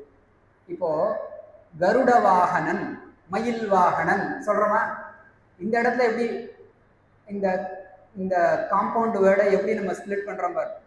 கருடன் வாகனம் யாருக்கோ கருட வாகனன் சொல்றோமா இல்லையா? அத மாதிரி ராமன் நாதன் யாருக்கோ அவர் ராமநாதன்னு ஆஞ்சநேய சுவாமின்னு சொல்லலாம். இப்படி பார்க்கும் பொழுது மகாதேவ பாலங்கிற சப்தத்துக்கு தேதியூர் சுப்பிரமணிய சாஸ்திர ரத்னாகரரான தேதியூர் சுப்பிரமணிய சாஸ்திரிகள் இப்படி ஒரு அர்த்தம் பண்ணார். மகாதேவன் பரமேஸ்வரன், பாலன் பிள்ளை, சிறு பிள்ளை யாருக்கோ அவன் மகாதேவ பாலன்னு முருகனையே சொல்லலாம். அது என்ன? பரமேஸ்வரனுக்கு இவர் குமாரனா, இவருக்கு பரமேஸ்வரன் குமாரனாங்கிறதுக்கு ஒரு அழகான சாஸ்திர வரிய உதாரணமா கொடுத்து காமிக்கிறார். அக்ஞம் து பால இத்யாஹு பிதேத்யேவஹி மந்திரதம். அறிவில்லாதவன பிள்ளைன்னு உலகம் சொல்றது. அந்த விஷயத்துல நான் குழந்தை அப்படின்னு சொல்றோமா இல்லையா? அறிவில்லை. இந்த விஷயத்துல இப்போ தர்க்க சங்கிரகம் அப்படின்னு ஒரு சாஸ்திர கிரந்தம், அதுல பார்த்தேன்னா விதாய ஹிருதி விஸ்வேஷம் விதாய குருவந்தனம் பாலானாம் சுகபோ, சிறுவர்களுக்கு எளிதாக புரியறதுக்கு இந்த புஸ்தகத்தை நான் பண்றேன்னு ஆரம்பிக்கிறேன். சிறுவர்கள்னா யாரு? பெரியவாளா இருந்தா அப்ப அந்த புஸ்தகத்தை படிக்க கூடாதா? அந்த விஷயத்துல சிறுவன் அர்த்தம். அப்ப அஜ்ஞானத்தை கொண்டு ஒருவனை சிறுவன் பெரியவன் நம்ம சொல்றது உண்டு இல்லையா? அப்படிங்கிற ரீதியில அஜ்ஞானத்தை கொண்டு சிறுவன்னு சொல்றது. யாரு மந்திரோபதேசம் பண்றாளோ அவளை தகப்பன் ஸ்தானத்துல பார்க்கணும்னு ஒரு ஸ்லோகம். அக்ஞம் து பால இத்யாஹு பிதேத்யேவஹி மந்திரதம்னு சொல்லும் பொழுது ஒரு சமயம் இந்த ஸ்கந்த புராண கதையை நம்ம நினைச்சு பார்த்துக்கலாம். வீரபாகுவோட முருகப்பெருமான் குழந்தையாக வீரபாகு போன்ற இந்த சிவகணங்களோட கைலாசத்து வாசல்ல விளையாடிட்டு இருக்கும் பொழுது பிரம்மா வந்து பரமேஸ்வரனை பார்ப்பதற்காக திருக்கைலாயம் போனார். அங்க வந்து வாசல்ல முருகன் விளையாடின்னு இருக்கார். இவர்கிட்ட அனுமதி சொல்லாமல் அவர் வந்து டைரக்டா உள்ள போய் பரமேஸ்வரனை சந்திச்சுட்டு வெளில வரத்துக்குள்ள முருகனுக்கு யோசனையா, இவர் என்ன இந்த நான்முகன் நம்மள்ட்ட அனுமதி இல்லாம இவங்க விளையாடிட்டு இருக்கோங்கிறது தெரியாம இவர் என்ன போய் இவர் அப்பா கூட பேச போயிருக்கார், வரும்பொழுது பார்த்துக்கலாம் சொல்லும்போது இவர் வர அந்த பிரம்மாவை வீரபாகு இவர்கள்லாம் சேர்ந்து ஒரு குடி குடிச்சார். இவர் முருகன் வந்து பிரம்மாவை பிடிச்சு அரெஸ்ட் பண்ணார். எப்படி நீ பர்மிஷன் இல்லாமல் உள்ள போன? நீ குழந்தை தானே கண்ணா, உங்ககிட்ட என்னத்துக்கு பர்மிஷன் கேட்கணும், பெரியவாள் தான் நான் பார்க்க போறேன்னு பிரம்மா சொன்னான். அதெல்லாம் கிடையாது, நான் குழந்தை, உனக்கு என்னமா தெரியும்? குழந்தை நீ உனக்கு ஒன்றும் தெரியாது, நீங்க யார் பெரிய ஆசாமியோ கேட்டதுக்கு, நான் தான்ப்பா இந்த ஜகத்தெல்லாம் சிருஷ்டி பண்ணிட்டு இருக்கேன், அந்த சிருஷ்டி காரியத்தில் நான் தான் ஈடுபட்டு இருக்கேன், எனக்கு எப்படி ஜெகத் சிருஷ்டி நீங்க பண்ணேன்? வேதங்கள் பெருமாள் நாராயணன் எனக்கு கொடுத்துருக்க, அந்த வேதங்களை கொண்டு தான் நான் ஜெகத்தை சிருஷ்டி பண்றேன் அப்படின்னு சொன்னாராம். வேதங்களை கொண்டு ஜெகத் சிருஷ்டி பண்றதா? அப்ப வேதத்தினுடைய தாற்பயம் என்ன அப்படின்னு கேட்டார். வேதங்களுடைய உட்கருத்து, வேதத்துல மூல மந்திரம் என்ன? வேதத்துக்கு மூல மந்திரம் அது வந்து பிரணவம்னு சொல்லுவார். அதனுடைய தாற்பயம் என்ன? ரொம்ப கேட்காத, எனக்கு வேலை இருக்கு, நான் கிளம்புறேன். இது கூட தெரியாத நீங்கள்லாம் ஒரு சிருஷ்டிகர்த்தா அப்படின்னு அரெஸ்ட் பண்ணி போட்டுட்டு வீரகேசரி அப்படிங்கிற சிவகணத்தை சேர்ந்த ஒரு பெரிய பிரதானி, அவரை வந்து இவர் பிரம்மாவை அரெஸ்ட் பண்ணி போட்டா சிருஷ்டி காரியத்தை யார் பார்க்க? பல யுகங்கள் இந்த வீரகேசரியை கொண்டு இந்த சிருஷ்டி ஸ்திதி சம்ஹாரங்களுக்கு தகுந்த இந்த சிருஷ்டி காரியத்தை முருகப்பெருமானை இந்த சிவகணத்தை கொண்டு பண்ணிட்டு இருந்தார். அதுக்கப்புறம் ரொம்ப நாள் பரமேஸ்வரனுக்கு இது தெரியல, பல யுகங்கள் போயாச்சு. பரமேஸ்வரன் வந்து திடீர்னு பிரம்மதேவனை எங்க காணும் அப்படின்னு ஒரு கேள்வி வரும்பொழுது எங்க காணும்னா கைலாசத்துல ஒரு ஜெயிலில் அவர் கிடக்கார். ஏடா இது என்ன ரொம்ப போச்சேன்னு பிரம்மதேவனை வெளில கூட்டிட்டு வந்து இந்த மாதிரி உங்க திருக்குமாரன் முருகன் தான் பிடிச்சி அரெஸ்ட் பண்ணி வச்சுட்டார் அப்படின்னு உடனே, ஏன் கண்ணா அவனை அரெஸ்ட் பண்ணான்னா இவருக்கு வந்து சிருஷ்டிகர்த்தான்னு சொல்றாரு, இவருக்கு சூக்ஷ்மம் தெரில, பிரணவத்தினுடைய தாத்பரியம் தெரில, எனக்கும் தானப்பா தெரியாது அப்படின்னு ஒரு திருவிளையாடல் பண்ணி பரமேஸ்வரன் பிரணவத்தினுடைய தாத்பரியத்தை இவர்கிட்ட உபதேசம் வாங்கிட்டார்னா, உபதேசம் பண்ணக்கூடியவர்கள் சிறியவர்களாக இருந்தாலும் நம்ம அதை கேட்டுக்கணுங்கிற ஒரு சமுதாச்சாரத்தை பண்ணி காமிக்கிறார்ங்கிறத போல அவர் மடியில குழந்தைய உட்கார வச்சுட்டு அவர் முருகன் சொல்ல சொல்ல நீ சொல்லி நான் கேட்டுக்கிறேன், எனக்கு தெரியாதேன்னு ஒரு ஒரு ஒரு கொஞ்சுதல் வியாஜமாக அவர் மூலமாக கேட்டு தெரிஞ்சுட்டார். அப்போ மந்திரோபதேசம் அந்த பிரணவத்தினுடைய தாத்பரியார்த்தத்தை இவர் முருகப்பெருமான் வாயிலாக கேட்டு தெரிஞ்சின்றார்னு ஒரு திருவிளையாடல் பண்ணார் இல்லையா? இந்த திருவிளையாடல் காரணமாக மகாதேவ பாலம், மகாதேவனே சிறுவனாக மாறினார் எந்த முருகப்பெருமானுக்கோ அந்த முருகப்பெருமானை நான் பஜிக்கிறேன் அப்படின்னு ஒரு அருமையான ஸ்லோகம் பண்ணேன். திரும்பியும் ஒரு தடவை ஸ்லோகத்தை வாசிச்சுட்டு மேலே போவோம். மயூராதிரூடம் மகாவாக்கியகூடம் மனோஹாரி தேகம் மஹச்சித்தகேகம் மஹீதேவதேவம் மகாவேதபாவம் மகாதேவபாலம் பஜே லோகபாலம். மேற்கொண்டு 2 ஸ்லோகங்கள் அந்த திருச்செந்தூர் கடற்கரையில முருகப்பெருமான் குடிகொண்டிருக்கார்னு சொல்லக்கூடிய விதமாக 2 ஸ்லோகங்கள் வருது. யதா சந்நிதானம் கதா மானவாமே பவாம்போதிபாரம் கதாஸ்தே ததைவ இதி வியஞ்சயன் சிந்து தீரே ய ஆஸ்தே தமிழே பவித்ரம் பராசக்தி புத்திரம் யதா சந்நிதானம் கதாக மானவாமி. மனிதர்கள் என்னுடைய சந்நிதிக்கு ஏன் அவர் கடற்கரையில கோவில் கொண்டிருக்கார் அப்படின்னு கேட்டா, கடல்ங்கிறது சம்சாரமா, சம்சார சாகரம்னு நம்ம சொல்றது உண்டு இல்லையா? சம்சாரம் சமுத்திரம். நேற்று கூட சௌந்தரிய லஹரி காலேஜில் ஒரு உபன்யாசம் சொல்ல வேண்டிய பாக்கியம் கிடைச்சிது. அங்கேயும் சௌந்தரிய லஹரிலையும் இப்படி தான் சொல்கிறார். அவித்யானாம் அந்த ஸ்திமிரமிஹிர த்வீப நகரி ஜடானாம் சைதன்ய ஸ்தபக மகரந்த ஸ்ருதிஜரி தரித்ராணாம் சிந்தாமணி குணனிகா ஜன்ம ஜலதௌ நிமக்னானாம். ஜன்ம ஜலதி பிறவியாகிய இந்த பெருங்கடல். ஏன்னா கடலுக்கு முடிவே கிடையாது. இந்த ஜனன மரண சுயற்சி இருக்கே, இந்த ஜனன மரண சுயற்சிக்கு முடிவே கிடையாது. அப்படிங்கிறதுனால இந்த சம்சாரத்தை கடலோட ஒப்பிட்டு பார்க்கறது ஒரு இது உண்டு. இப்போ முருகப்பெருமான் கடற்கரையில கோவில் கொண்டிருக்கிறது எதை குறிக்கிறதா? இவர் கரையில தான் இருக்கார். இப்போ கடல்ல தத்தளிக்கக்கூடிய உங்களுக்கெல்லாம் நான் கரை சேர்க்கக்கூடியவனாக இருக்கேன் அப்படிங்கிறத சூச்சனம் பண்ணும் விதமாக எதா சந்நிதானம் கதா மானவாமே, எந்த ஒரு நேரம் மனிதர்கள் என்னுடைய சந்நிதி என்னை ஆசிரியிக்கிறார்களோ அப்பொழுதே பவாம்போதி பாரம் கதா, இந்த சம்சார கடலை கரை கண்டவர்களாக, இந்த சம்சார கடலிலிருந்து கரை கண்டவர்களாக ஆகிவிடுவார்கள். இதி வியஞ்சயன் என்பதை சுட்டி காட்டுபவரை போல் சிந்து தீரே, இந்த கடற்கரையில இருக்கக்கூடிய இந்த முருகப்பெருமான் இதி வியஞ்சயன் சிந்து தீரே ஆஸ்தே. அப்படிப்பட்ட பராசக்தி புத்திரம், பராசக்தி நான் சொல்லும்போதே சௌந்தரிய லஹரி வந்துட்டு பாருங்க. அந்த பராசக்தியினுடைய பிள்ளையான, எப்படி பராசக்தி ஜன்ம ஜலதோ நிமக்னானாம், இந்த சம்சார சாகரத்தை வீழ்ந்தவர்களை எல்லாம் தூக்கி கரை சேர்க்கக்கூடியவளாக அம்மா இருக்காளோ, அம்மாவை போலே இந்த பிள்ளையும் தானும் அந்த காரியத்தை சம்சார சாகரத்திலிருந்து கரை சேர்க்கக்கூடிய காரியத்தை செய்ய வல்லவன் என்று சூச்சனை செய்பவன் போல் இருக்காரே. அப்படிப்பட்ட பராசக்தி புத்திரன் அம்பாளுடைய திருக்குமாரனான முருகப்பெருமானை ஈடே நான் ஆசிரியிக்கிறேன், வணங்குகிறேன்னு 4வது ஸ்லோகம். மேற்கொண்ட 5வது ஸ்லோகமும் இதே மாதிரி அர்த்தம் தான் வருது. யதாபேஸ்தரங்காலயம் யாந்தி துங்காஹ ததைவா பதஸ் சந்நிதௌ சேவதாம் மே இதி ஓர்மி பங்கீர் நிருணாம் தர்ஷயந்தம் சதா பாவயே ஹிருத் சரோஜே குஹம் தம். இதுல அப்தேஹே தரங்காக, அந்த கடலானது எப்படி இருக்குன்னா அலை அலையாக இருக்கு. இந்த கடலினுடைய அலைகளுக்கு ஒரு ஓய்வு உண்டோ? கிடையவே கிடையாது. அதை மாதிரி தான் கடலுடைய அலைகளுக்கு ஓய்வு கிடையாதுன்னு நம்ம பார்க்கலாம். ஆனால் இதை இன்னொரு விதமாக பகவத்பாதாள் இங்கே பார்க்குறேன். நம்ம ஏதோ ஒரு பெர்ஸ்பெக்டிவ்னு சொல்கிறோன்னே, ஒரு விஷயத்தை இப்படி பார்க்குறத விட இப்படி பார்க்கலாம்னு சொல்கிறது.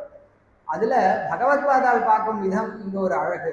நம்ம பார்த்தா கடல் அலை உயர்றதே இல்லை அப்படின்னு முன்னாடி ஸ்லோகத்தை ஒப்பிட்டு நம்ம பார்த்துக்கலாம். இங்கே பகவத்பாதாள் என்ன சொல்கிறார்? கடலுடைய அலை ஒரு மொமெண்ட்ரி தானே. ஒரு அலை வந்ததுன்னா எவ்வளோ நேரம் இருக்க போகிறது? ஒரு க்ஷணம்தான்.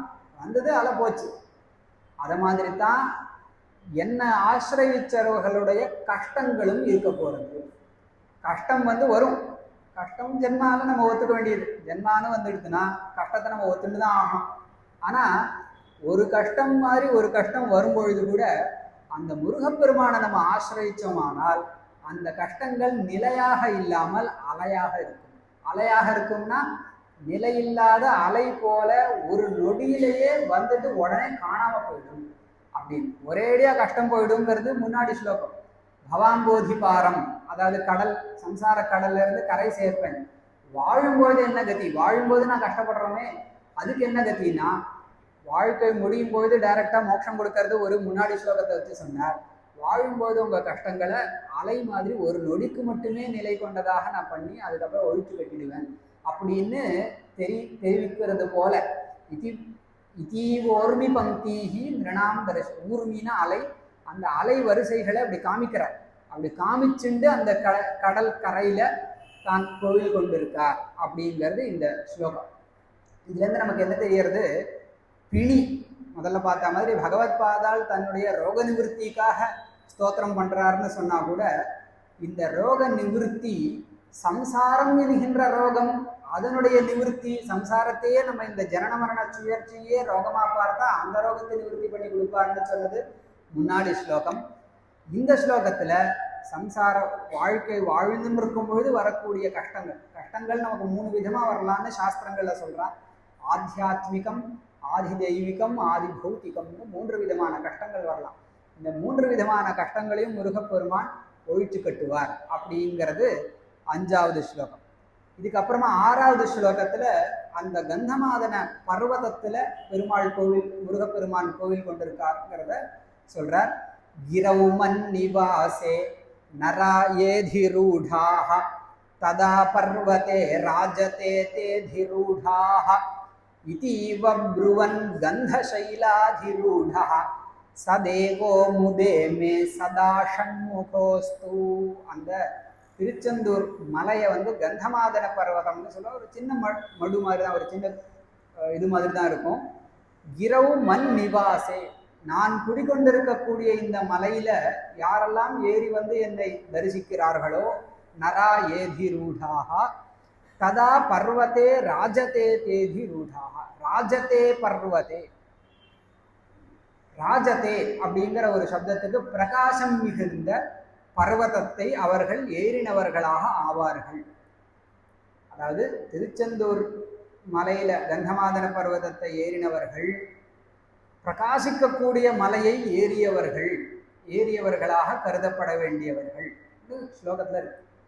பிரகாசிக்கக்கூடிய மலைங்கிறது என்ன அப்படின்னு கேட்டா கைலாச பர்வதம். கைலாச பர்வதம் எதை குறிக்கிறதுன்னு கேட்டா திருக்கையிலாய பிராப்தி, அந்த சிவசாயுஜ்யம்.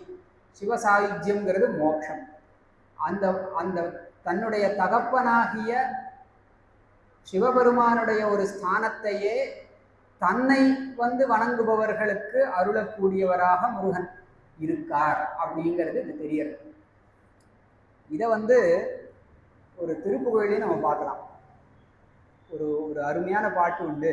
அதுல சிவனுடைய சாயுஜ்யத்தை முருகன் அருளறார் அப்படின்னு. மதியால் வித்தகனாகி மனதால் உத்தமனாகி, மதியால் வித்தகனாகி மனதால் உத்தமனாகி, பதிவாகி சிவஞான பரயோக தருள்வாயே, நிதியே நித்தியமே என் நினைவே நற்பொருளாயோய், கதியே சொற்பரவேளே கருவூரிற் பெருமாளே. மதியால் வித்தகனாகி மனதால் உத்தமனாகி, நம்மளுடைய எண்ணங்களை கொண்டு நமக்கு நல்ல ஞானத்தை கொடுத்து, மனசை கொண்டு நம்மளை உத்தமனாக்கி, இப்படியாக சிவஞான பரயோக தருள்வாங்க. பரமேஸ்வரனுடைய ஒரு ஸ்தானத்தையே, அந்த சிவ சாயுஜ்யத்தையே இவர் அளிப்பாருங்கிறத தான் பகவத் பாதாளி இங்க சொல்றார். ததா பர்வதே ராஜதே தேதி ரூடா இதீவ ப்ருவன் என்று சொல்லுபவரை போல கந்தசைலாதிரூடா, இந்த கந்தசைலத்தில் இருக்கக்கூடிய சதேவோ முதேமே சதா ஷண்முகோஸ், அப்படிப்பட்ட இந்த ஷண்முகன் முருகப்பெருமான் என்னுடைய இதயத்தில் எப்பொழுதும் குடிகொள்ளட்டும். உதயமே சதா ஷண்முகோஸ்து, எனக்கு எப்பொழுதுமே சந்தோஷத்தை கொடுக்கட்டும்னு சொல்றாங்க.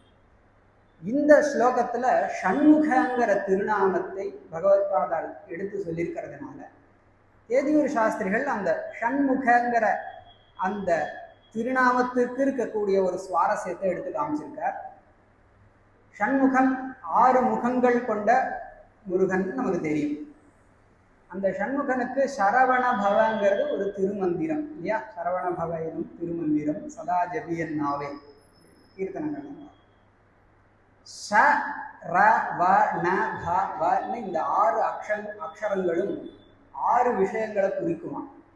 இந்த ஷ அப்படிங்கிறது ஐஸ்வர்யம், ஸ்ரீஹி, லக்ஷ்மியை குறிக்கும். ர அப்படிங்கிற அக்ஷரம் வித்யை, ஞானத்தை குறிக்கும்.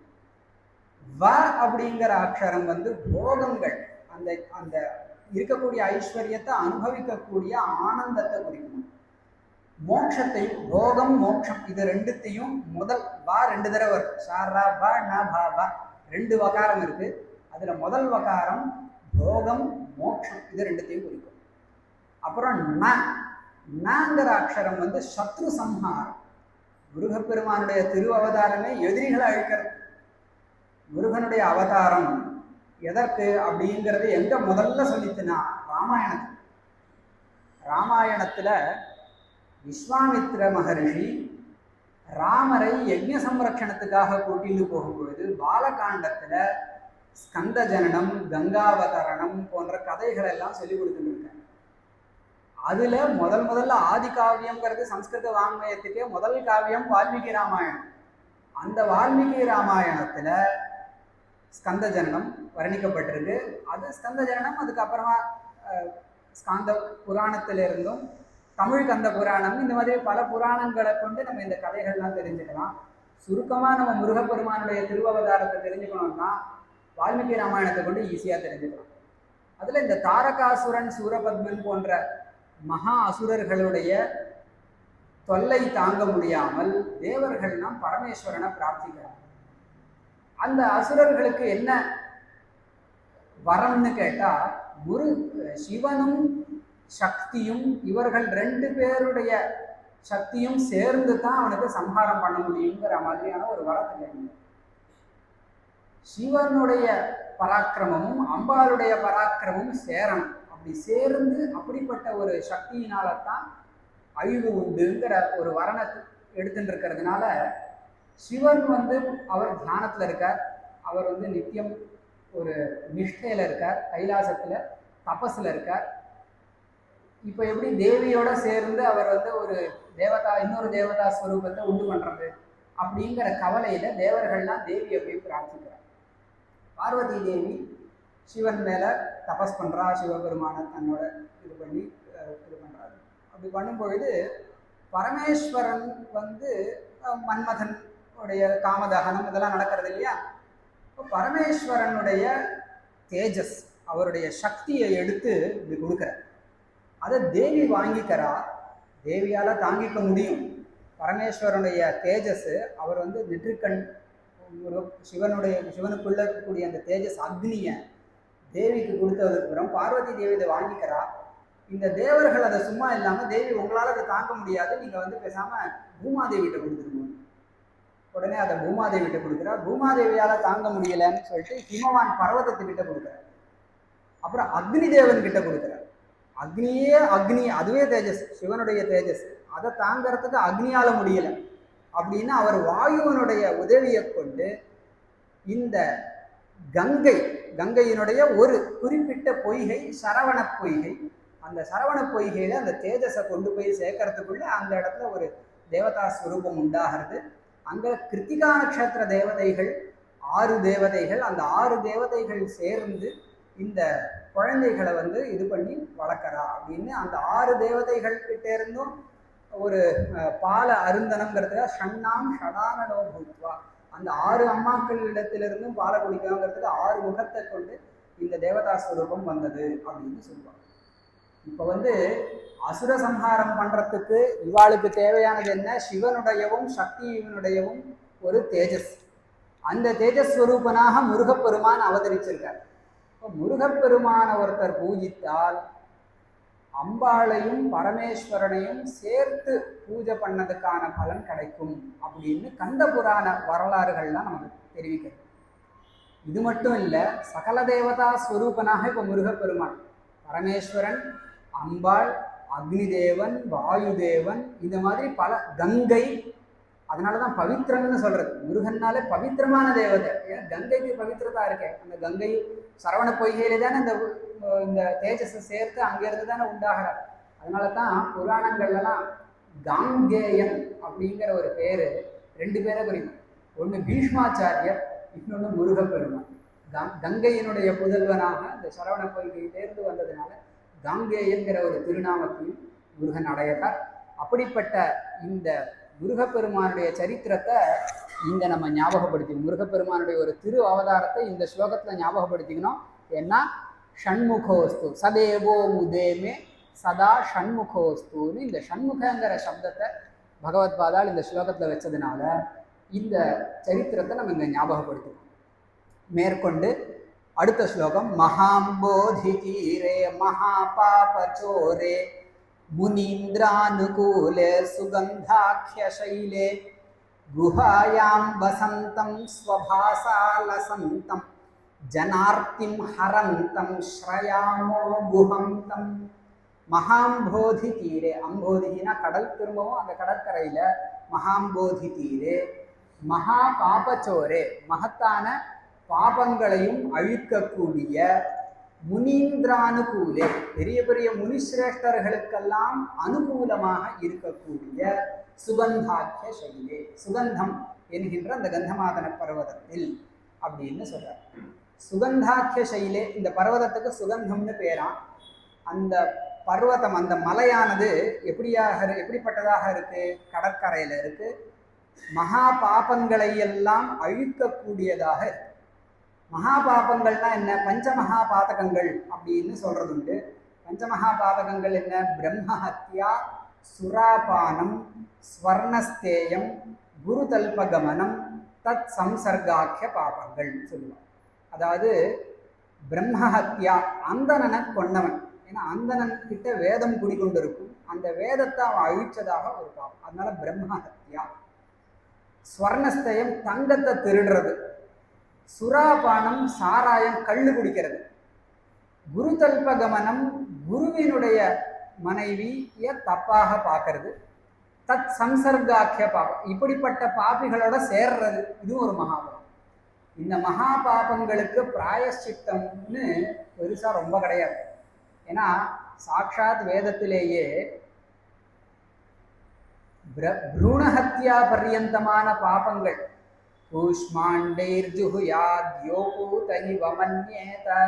வேதத்துல இருக்கு. தைத்திரிய ஆரண்யகத்து 2வது பிரஷ்னத்துல அபூதைவ மன்யேதன்னு ஆரம்பிச்சு அதுல ப்ரூணஹத்யா பாபம் வரைக்கும் பாபத்தை பிராயஷ்சித்தம் பண்ணிக்கலாம்னு சொல்லியிருந்தாலும் பஞ்சமகா பாதகங்களுடைய பிராயஷ்சித்தங்கிறது ரொம்ப ரொம்ப கம்மி. அதுல பல லட்சக்கணக்கான ஆவர்த்தி காயத்ரி ஜபம் இந்த பாபங்களை போக்கும்னு சொல்றா. ஏகாதச ருத்ர ஜபம் பண்ணி பரமேஸ்வரனை ஆராதிப்பதன் மூலமாக இந்த பஞ்சமகாபாதகங்களிலிருந்து நிவர்த்தி அடையலாம்னு சொல்றார். இந்த சுகந்தாக்கிய சைலம் இருக்கே, முருகப்பெருமான் கோவில் கொண்டிருக்கக்கூடிய இந்த திருச்செந்தூர், இது பஞ்சமகாபாதகங்களையும் போக்கக்கூடிய ஒரு புண்ணிய கஷேத்திரம் அப்படிங்கிறது நமக்கு இங்கே தெரியும். இதுல இருந்து நம்ம என்ன புரிஞ்சுக்கலாம்னா, பகவத்பாதால் ரோக நிவர்த்திக்காக இந்த முருகப்பெருமானை ஆசிரியிச்சு பாடணுங்கிறதுக்காக ஒரு சுப்பிரமணிய புஜங்கத்தை அருளி செய்கிறார். இந்த ரோக நிவர்த்திங்கிறத இந்த இடத்துல கொண்டு வர்றதுக்கான காரணம் என்னன்னா, ரோக நிவர்த்திக்கு மூலம் என்ன? பாபங்கள். நமக்கு என்ன பண்ணியும் பாபங்கள் போகலைன்னு நம்ம டாக்டர்லாம் வச்சு பார்க்குறோம். அதுக்கான காரணங்கள் ரோக நிவர்த்தி ஆக மாட்டேங்கிறதுன்னு சொல்றப்ப நம்ம என்ன பண்ணுவோம்? ஒரு தெய்வஜன்ட்ட போய் ஜோதிஷம் பார்ப்போம். தெய்வஜர்கள் ஜோசியம் பார்க்குறவா என்ன சொல்லுவாங்க? மணிமந்திர ஔஷதங்களை கொண்டு இந்த ரோக நிவர்த்திக்கு பரிகாரங்கள் சொல்லுவோம்.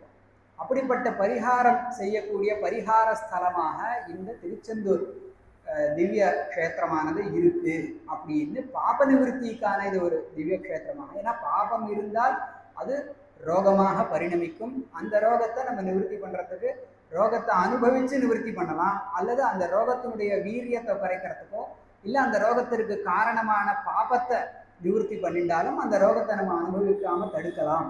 அப்படிங்கிறதுக்காக இந்த புண்ணிய கஷேத்திரத்தை அவர் இங்கே சுட்டி காட்டுறார். மகா பாபச்சோரே முனீந்திரானுகூலேன்னு இன்னொரு அப்ஜெக்டிவ் அந்த சுகந்தாக்கிய சைலேக்கு போட்டார். முனீந்திர, இந்திரங்கிற சப்தம் தேவேந்திரனை குறிக்கும், அதே சமயத்தில் சிறந்தங்கிற அர்த்தத்தையும் குறிக்கும். சிறந்த, இப்போ மிருகேந்திரன், மிருகேந்திரஹான சிம்மம்னு அர்த்தம். ஏன்னா மிருகங்களுக்கெல்லாம் ராஜான்னு சொல்கிறோம் இல்லையா, சிறந்த மிருகம் அப்படிங்கிற அர்த்தத்தில் மிருகேந்திரன். நரேந்திரன் அப்படின்னா அரசன், நரர்கள் மனிதர்களுக்கெல்லாம் இந்திரன். தேவேந்திரன் சொல்லும் பொழுது இந்திரன் அது தேவேந்திரனை குறிக்கும். இப்போ முனீந்திரன்னா சிறந்த முனிவர்களுக்கெல்லாம் அனுகூலே, அனுகூலமா தபம் புரியறதுக்கு அனுகூலமான ஒரு மலையாம் இந்த முருகப்பெருமான் கோவில் கொண்டிருக்கக்கூடிய திருச்செந்தூர் க்ஷேத்திரம்.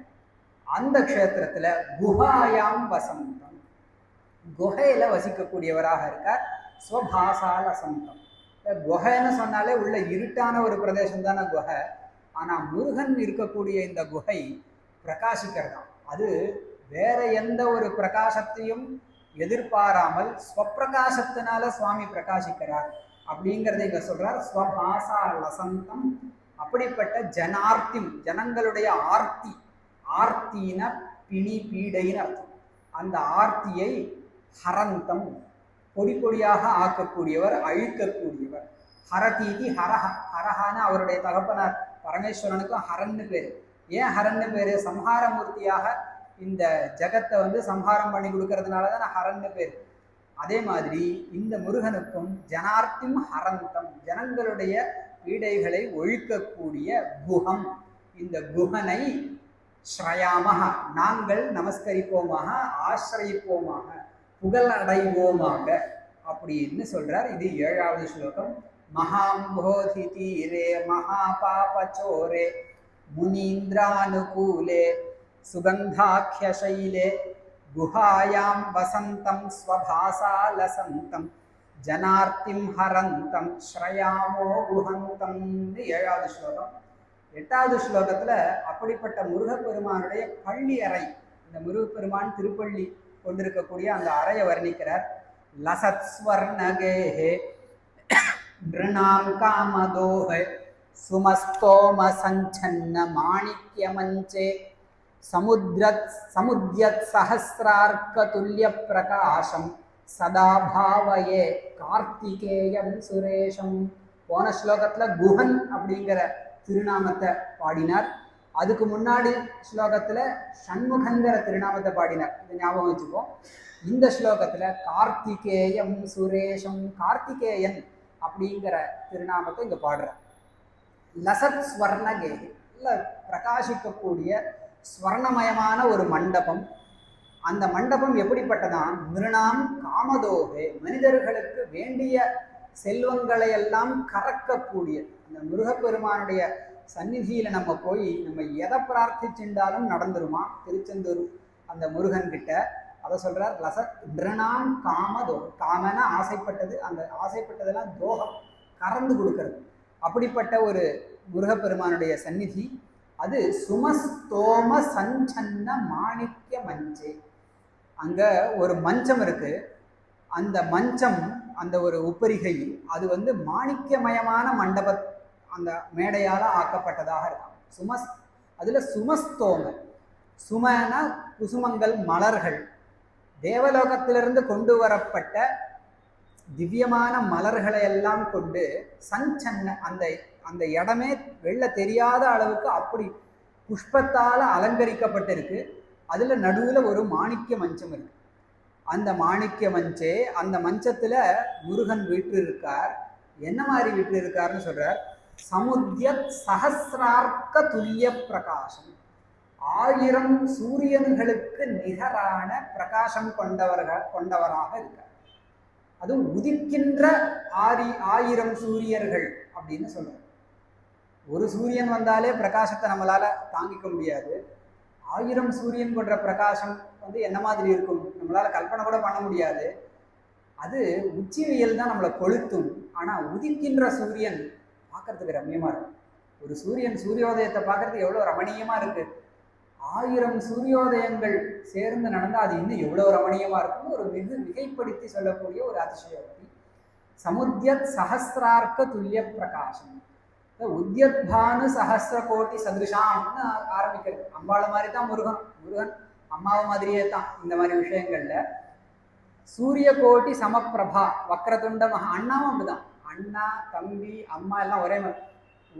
நம்ம சொல்றோமே வக்ரதுண்ட மகாகாய சூரிய கோட்டி சமப்பிரபா அப்படின்னு சொல்றோம் இல்லையா. இப்போ உதிக்கக்கூடிய ஆயிரக்கணக்கு உதிக்கின்ற சங்கதிர்னு இவர் அபியாபட்டம் பாடுறார். இப்படி 1000 கோடி சூரிய பிரகாசம்லாம் பரபிரம்மஸ்வரூபத்தை சொல்றதாக இருக்கு. நம்ம எங்க கவனிக்கலாம்னா பகவத்கீதையினுடைய 11வது அத்தியாயம் 12வது ஸ்லோகத்துல அர்ஜுனனுக்கு தான் விஸ்வரூப தரிசனம் கொடுக்கிறார் கண்ணபிரான். கிருஷ்ணனையும் பரபிரம்மஸ்வரூபமாக தானே பார்க்கணும். பரமாத்மா அங்க பகவத்கீதா ஸ்லோகம் இருக்கு. திவி சூரிய சஹஸ்ரஸ்ய பவேத் யுகபதுத்திதா யதி பாஹ சதிருஷி சாஸ்யாத் பாசஸ்தஸ்ய மகாத்மனா. இந்த பூலோகத்துல ஆயிரக்கணக்கான சூரியர்கள் சேர்ந்து உதித்தால் என்ன மாதிரி ஒரு பிரகாசமோ அப்படி ஒரு பிரகாச ஸ்வரூபத்தை அர்ஜுனன் அங்க பார்க்கறான் கண்ணபிரான். அப்போ அம்மாவை மாதிரி அண்ணனை மாதிரின்னு இல்லை, மாமாவை மாதிரியும் தான் அவர் இருக்கார். இன்னொரு ஒரு விஷயத்தை கவனிச்சா பறவைய வாகனமாக கொண்டிருக்கிறதுல இவர் மாமாவை கொண்டிருக்கார். அவர் கருட வாகனம், இவர் மயில் வாகனம்.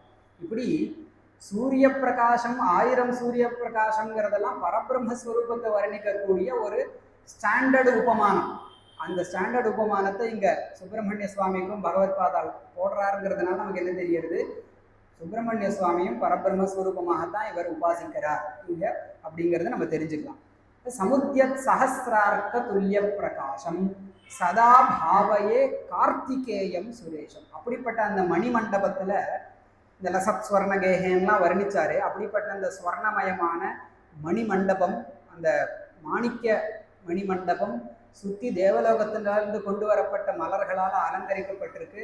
அப்படிப்பட்ட அந்த மண்டபத்துக்கு சில பேர் தான் போகலாமா, கிருத்திகா நட்சத்திர தேவதைகள் மட்டும் போகலாமா. கிருத்திகா நட்சத்திரத்துக்கு தேவதையே அக்னி தான், இது தெரியுமா? அக்னிர்னஃபாது கிருத்திகாஹ நக்ஷத்திரம் தேவமிந்திரியம் அப்படின்னு வேதம். அக்னிய நட்சத்திரம் முருகப்பெருமானும் அக்னியினுடைய சிவபெருமானுடைய தேஜஸிலிருந்து அந்த நெற்றிக்கண் அந்த தேஜஸை கொடுத்து தான் வந்ததாக இப்போ கொஞ்சம் சித்த முன்னாடி பார்த்தோம் இல்லையா. அப்போ அக்னிஸ்வரூபமாக இருக்கார். அதனால தான் பரம பாவகனாக, அக்னிக்கே பாவகன்னு ஒரு பேர். பாவகன்னா தன்னிடத்துல எது வந்தாலும் அதை தூய்மைப்படுத்தி கொடுக்கிறவர். தங்கத்தெல்லாம் ஸ்புடம் போடணும்னு சொல்லுவாள். தங்கத்தை என்ன பண்ற, தங்கத்துல உள்ள களங்கம் அழியணும்னு சொன்னா அது காளிதாசன் ஒரு ஸ்லோகத்தை அழகா ரகுவம்சத்துல சொல்றார். அந்த ஹேம்ன சம்லக்ஷியதே ஹ்யக்னம் விசுத்தி ஷாமிகாபிவா.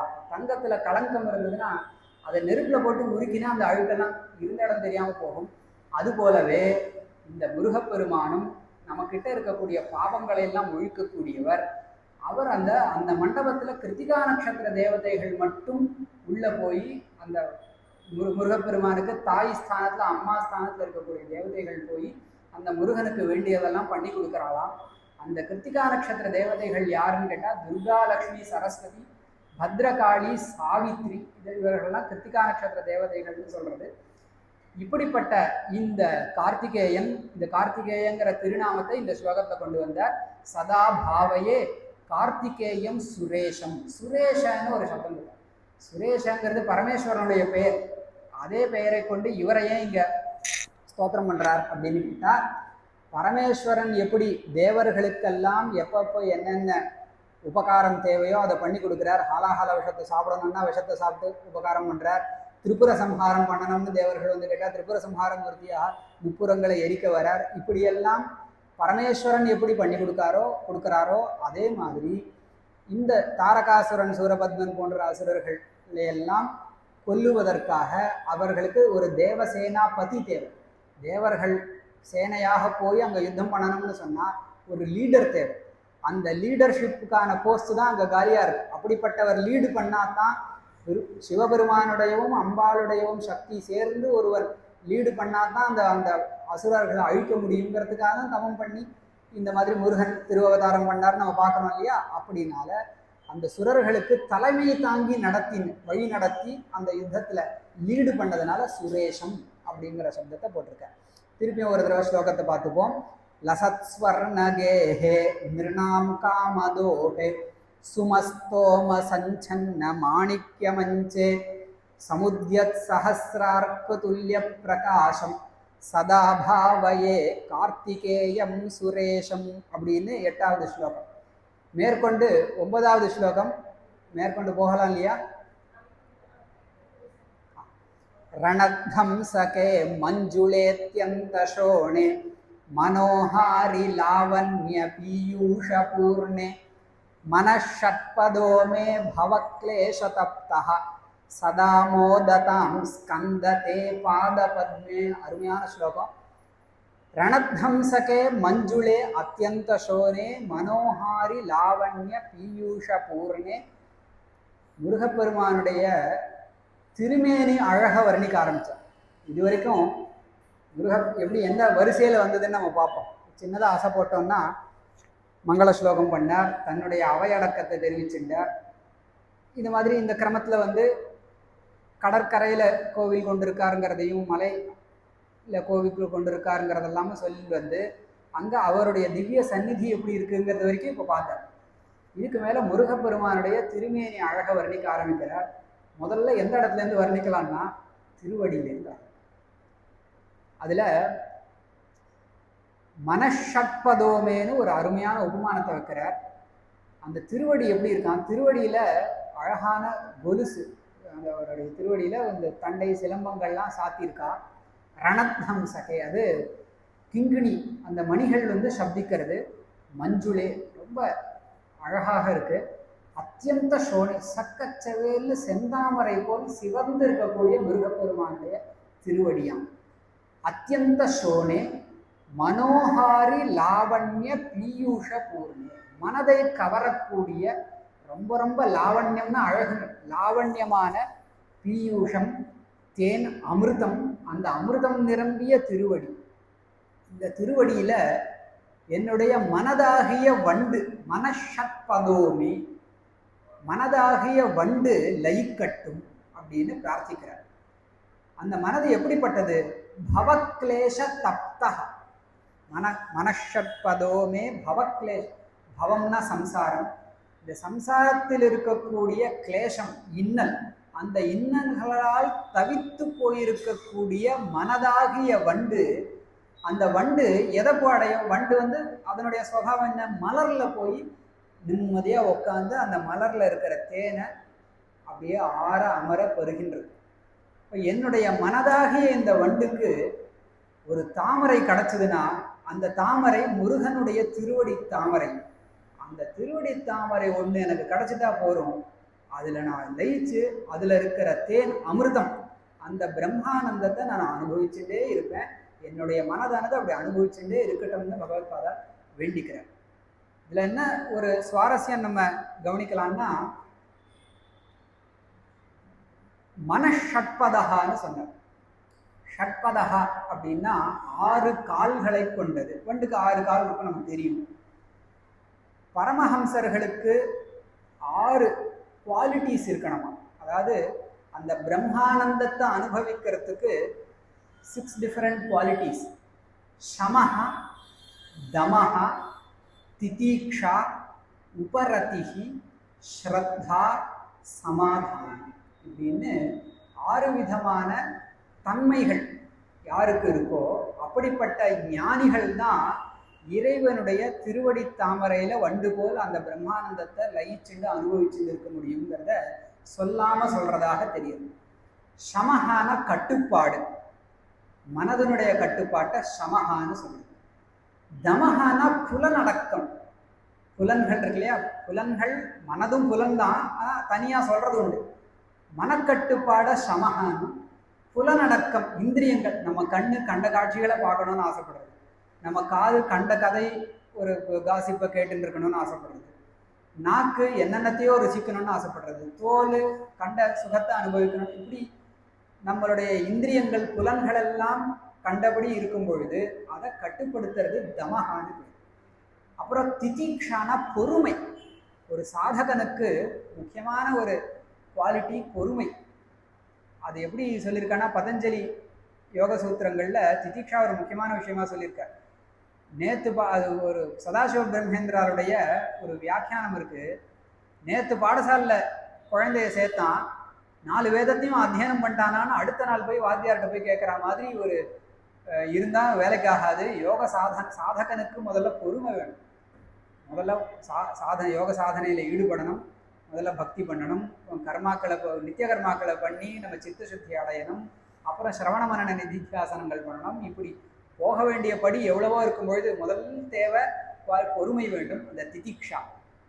உபரதிகின்னு சொன்னால் வித்ராவல், பற்றற்ற தன்மை முக்கியம். அதுவும் சாதகனுக்கு ரொம்ப முக்கியம். அப்புறம் ஸ்ரத்தா, ஃபெய்த், நம்பிக்கை ரொம்ப முக்கியம். மீன் பண்ணிட்டு இருக்கோமே, 6 மாசமா சாதனம் பண்ணுறோம், ஒன்றும் வரலையேன்னா வருஷக்கணக்காக ஜென்மாக்களாக சாதனம் பண்ணுறவாளுக்கெல்லாம் சித்திக்காத யோகம் நமக்கு சித்திச்சிருமா அப்படிங்கிறது ஒன்று இருக்கு இல்லையா? அதனால ஸ்ரத்தா, சமாதானம், அது ஃபோக்கஸ். இந்த 6 குவாலிட்டிஸ் இருந்தால்தான் ஒரு சாதகனுக்கு பரபிரம்மஸ்வரூபத்தில் லயிக்கக்கூடிய யோகியதையானது கிடைக்கும். எப்படி வண்டுக்கு 6 கால்கள் உண்டோ அது மாதிரி சாதகனுக்கு ஒரு 6 கால்கள் உண்டு. அப்படிப்பட்ட சாதகனுக்கான குணங்களை கொண்டு நான் இருக்கேன். அந்த என்னுடைய மனதானது உன்னுடைய திருவடி தாமரையில் ஓய்வெடுத்து அந்த ஆனந்த, அந்த தாமரைக்குள்ள இருக்கிற மகரந்தம் தேனை எப்படி வண்டு பருகுமோ அது மாதிரி என்னுடைய மனதாகிய வண்டு உன்னுடைய திருவடி தாமரையில் லயிச்சு கிடக்கட்டும் அப்படின்னு இந்த ஸ்லோகத்தை பகவத்பாதால் தெரிவிக்கிறார். திரும்ப ஒரு தடவை ஸ்லோகத்தை சொல்லி, அது 33 ஸ்லோகங்கள் ஆரம்பிக்கும் போது அடியன் சொல்லி தான் ஆரம்பித்தேன். முருகன் எவ்வளோ திருவுள்ளம் பண்ணுறாருன்னு தெரியாது. நம்ம எவ்வளோ ஸ்லோகம் போடுறதோ மேற்கொண்டு வேறு ஏதாவது சபைகளில் நம்ம இதை கண்டினியூ பண்ணலாம். அதனால் ஸ்லோகத்தை ஒரு தடவை வாசித்து பூர்த்தி படிப்போம். ரணத்தம் சகே மஞ்சுளேத்யந்த சோனே மனோஹாரி லாவண்ய பீயூஷ பூர்ணே மனஷட்பதோ மே பவக்லேஷதப்தஹ சதா மோததாம் ஸ்கந்ததே பாதபத்மே. ஆக அவசரமாக ஒரு 30 ஸ்லோகங்களை கவர் பண்ணணும்னு எக்ஸ்பிரஸ் வேல நம்ம அடித்தம் பிடிச்சோன்னு போய் பார்க்குறத விட ஒரு ஸ்லோகம் வாசித்தாலும் அது இந்த மாதிரி சாஸ்திரத்னாகிற தேதியூர் சாஸ்திரிகள் மாதிரி பெரியவா அனுபவித்த விதத்தில் நம்ம அனுபவிக்கணும்னா அது 1 மணி நேர ப்ரோக்ராம் 1.5 மணி நேர ப்ரோக்ராமில் அவ்வளோ சாத்தியப்படாதுனாலும் ரசித்த 4 ஸ்லோகங்களை நம்ம அழகாக அனுபவித்தோம் அப்படிங்கிறத தெரிவிச்சுட்டு இந்த அருமையான வாய்ப்பு, அதுவும் பெரியவா திருவடிப்பட்ட இடத்துல வந்து அடியேனுக்கு ஒரு பாக்கியத்தை கொடுத்த வாழ்க்கு விசேஷமாக கீதா மாமி அவருடைய குமாரர் இவாளுக்கெல்லாம் என்னுடைய மனமார்ந்த நன்றிகளை நான் நமஸ்காரபூர்வகம் தெரிவிச்சுண்டு இதோட நிறுத்திக்கிறேன். ஹரஹர நம பார்வதி பதயே, ஹரஹர மகாதேவா, வெற்றிவேல் முருகனுக்கு அரோகரா.